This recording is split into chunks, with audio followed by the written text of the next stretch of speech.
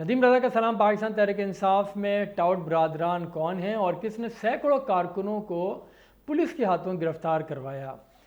तहरीक इंसाफ में चौधरी फवाद और रऊफ़ हसन की लड़ाई ने बहुत कुछ एक्सपोज कर दिया है। इसी तरह से खैबर पख्तूनख्वा के अंदर जो लड़ाई हो रही है वहाँ पे एक और ग्रुप मज़ीद स्ट्रॉन्ग होकर सामने आ चुका है और ऐसे में शेर अफजल मरवत भी खामोश नहीं रहे।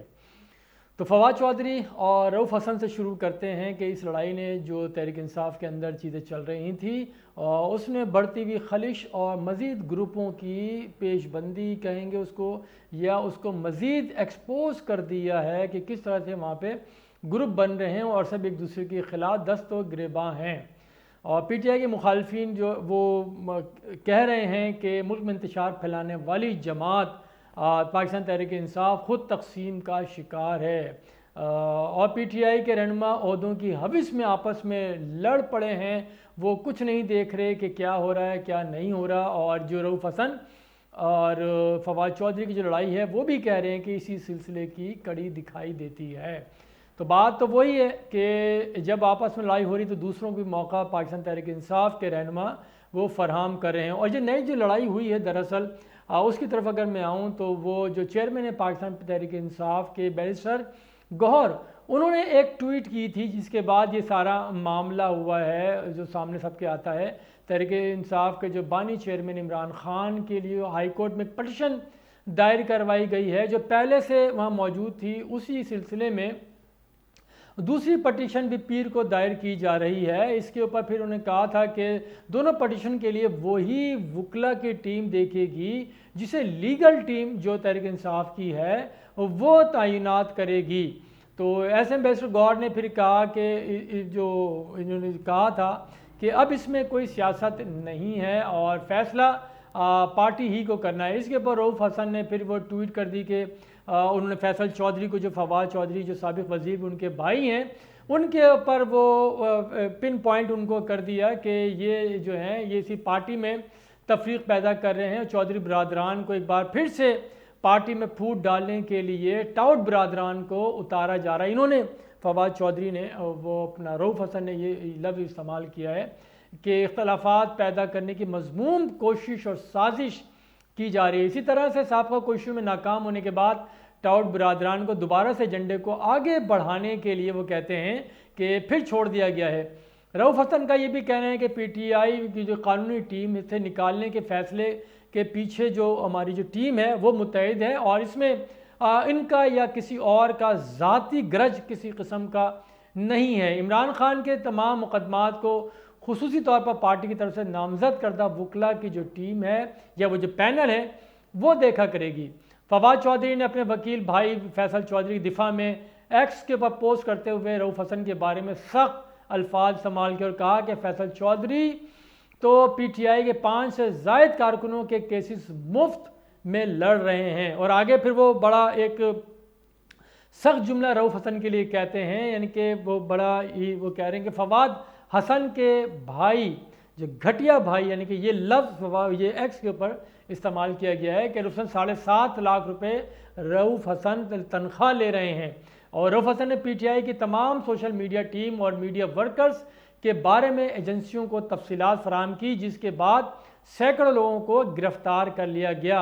और फिर ये कहा है कि आगे आप कैसे किसके वफादार हो सकते हैं। तो ये दोनों रहनुमाओं के दरमियान बातचीत हो रही है कि उनके कह रहे हैं कि कैसे पार्टी के वफादार हो सकते हैं।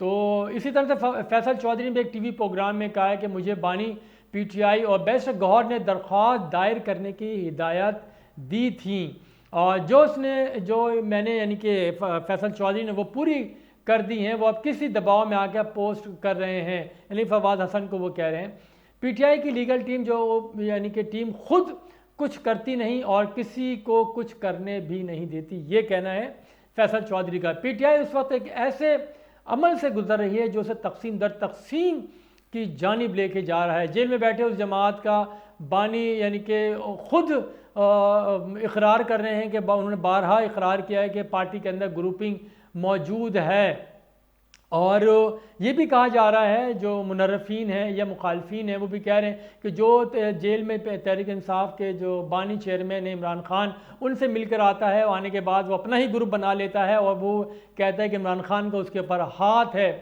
तो जब ऐसे में जो पार्टी के अहदेदार हैं सारे के सारे जो अपने ओहदों के लिए बंदर बांट के लिए लड़ रहे हैं, तो फिर जो नीचे कारकुन रह जाते हैं उनका फिर क्या कसूर है, वो क्यों ना लड़ें। तो यही वजह है। तो ये जो सारी सूरत हाल जो हमारे सामने आ रही है, जो फिर अब हम देखें कि बुशरा बीबी की जो सूरत हाल है, उनको जो रहा किया गया वो वहाँ पेशावर जाके बैठ गई हैं, उनको ले जाया गया। इसी के ऊपर जो कारकुन हैं वो सवाल उठा रहे हैं कि बुशरा बीबी को पेशावर क्यों लेके जाया गया है। और ऐसे में ये रऊफ़ हसन और फवाद चौधरी, फिर उनके भाई फैसल चौधरी की जो वो लड़ाई आगे बढ़ती जा रही है, ये इंतहाई मज़ीद इख्तलाफात को हवा दे रही है। और फिर अगर हम आगे की बात करें कि जो इसी तरह से केपी की जो सूरत हाल है, वहाँ पे भी हालात बेहतर नहीं है, वहाँ भी इख्तलाफात बहुत ज़्यादा आ चुके हैं। हम आगे अगर मज़ीद देखें आगे चल के, तो उसमें यही सूरत हाल दिखाई दे रही है कि वहाँ पे जो हालात ख़राब हो रहे हैं, उसमें जो मर्दान और मालाकंड डिवीज़न का जो ये पूरा जो ग्रुप था वो मज़ीद स्ट्रॉन्ग होके सामने आ रहा है। वो खड़ा हो रहा है अली मीन गंडापुर के ख़िलाफ़, क्योंकि उन्होंने फिर एक और जो रुकन सूबाई असम्बली है उसके ख़िलाफ़ कार्रवाई कर दी है। तो यहाँ पे एक बार फिर से वही सूरत हाल सामने आ रही जो माजी में होती जा रही थी कि एक एक करके जो मर्दान और मालाकंड के जो रहनुमा थे या सूबाई असम्बली के अरकान थे उनको पीछे किया जा रहा है। हुआ कुछ इस तरह से था कि मर्दान से पीटीआई के रुकन सूबाई असम्बली है तारिक महमूद आरियाई, उन्होंने पीटीआई का जो मुजाहरा हुआ था गुज़िश्ता रोज़, उसमें बात की थी कि जो पीटीआई की रेड लाइन थी इमरान खान उसके ऊपर, यानी कोई बात नहीं कर रहा। इंतखाबात से पहले सब कहते थे कि रेड लाइन हमारी इमरान खान है और करप्शन के ख़िलाफ़ जो लोग मुतारिक उनके ख़िलाफ़ कार्रवाइयाँ होंगी और इमरान खान को रिहाई दिलाने के लिए पूरी कोशिशें की जाएंगी। लेकिन उसके बरअक्स चीज़ें हो रही हैं।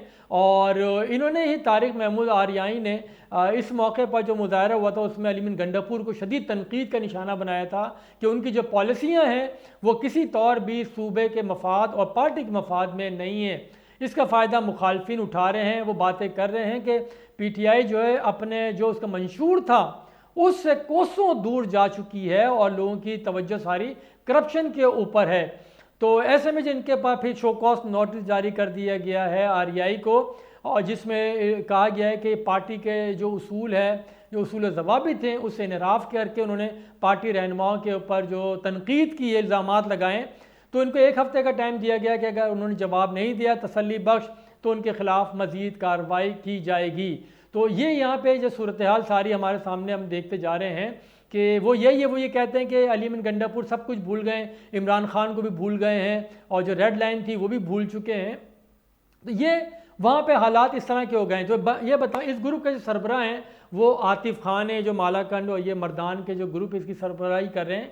और इस ग्रुप में अगर मैं आपको बताऊँ मज़ीद जो लोग शामिल हैं इसके अंदर जुनैद अकबर हैं रुकन कौमी असम्बली, फिर वो शकील अहमद ख़ान हैं जिनको इन्होंने वजारत से हटाया और ओहदे से हटा दिया सारा, ये हैं। और इसी तरह से शंदान गुलजार का भी नाम लिया जा रहा है, अरबाब शेर अली हैं और ये भी तारिक महमूद आरियाई, ये भी इसी ग्रुप के अंदर शामिल हैं।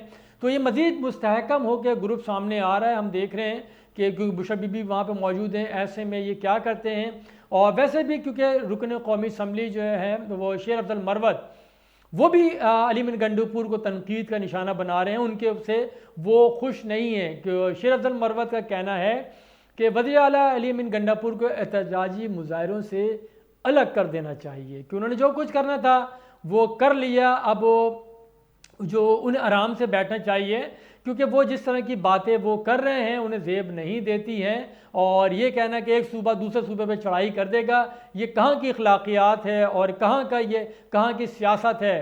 तो ये इस तरह का ये करना छोड़ दें तो बैठ जाएं। धरने के लिए कारकुनों की हौसला अफजाई की ज़रूरत है, न कि उनके ख़िलाफ़ बात की जाए, लेकिन उन्होंने कुछ भी नहीं किया। क़यादत के पास जो एहतजाज के लिए मुनज़्ज़म हिकमत अमली नहीं है और ये कहते हैं कि बानी पीटीआई की रिहाई के लिए इक़दाम नहीं किए जा रहे। वो यही सब तमाम लोगों का कहना है और कह रहे कि इस वक्त पीटीआई के जो एहतजाजी मुजाहरे हैं गैर मुनज़्ज़म।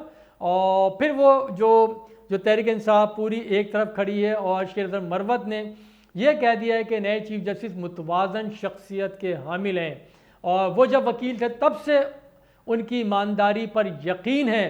तो ये एक पार्टी तहरीक इंसाफ है जिसमें हर रहनुमा, हर ओहदेदार, हर कारकुन की अपनी आरा है और वो अपने अंदाज से पार्टी को चलाना चाहते हैं, अपने अंदाज से ही वो हर चीज़ को देखना चाहते हैं। उनका कोई यानी कि एक मिशन के तौर पे जो ये तहरीक इंसाफ चली थी, इंसाफ की जमात थी और इस तरह के, लेकिन अपने अंदर इख्तलाफात और ओहदों की बंदरबांट और मफादात का तहफ़्फ़ुज़, उसको यानी कि पार्टी के जो असल मंशूर था, असल जो जान थी पार्टी की, जो लोग सारे मुतनफ़िर होकर इस पार्टी के अंदर, जमात के अंदर आ रहे थे, वो नून लीग हो, पीपल्स पार्टी हो या दिगर मजहबी जमातें हों या दिगर जमात हो, और जो पहली बार सियासत में आए थे तब ने यही देखा, क्योंकि इमरान खान एक उम्मीद की किरण, इसमें कोई शक नहीं, हर किसी की तवज्जो तमाम तो इमरान खान की जानिब थी क्योंकि इनके ऊपर करप्शन का कोई इल्ज़ाम नहीं था। जो पाकिस्तान का अलमिया है, जो कैंसर की तरह के रगों के अंदर पेवस्त हो चुका है,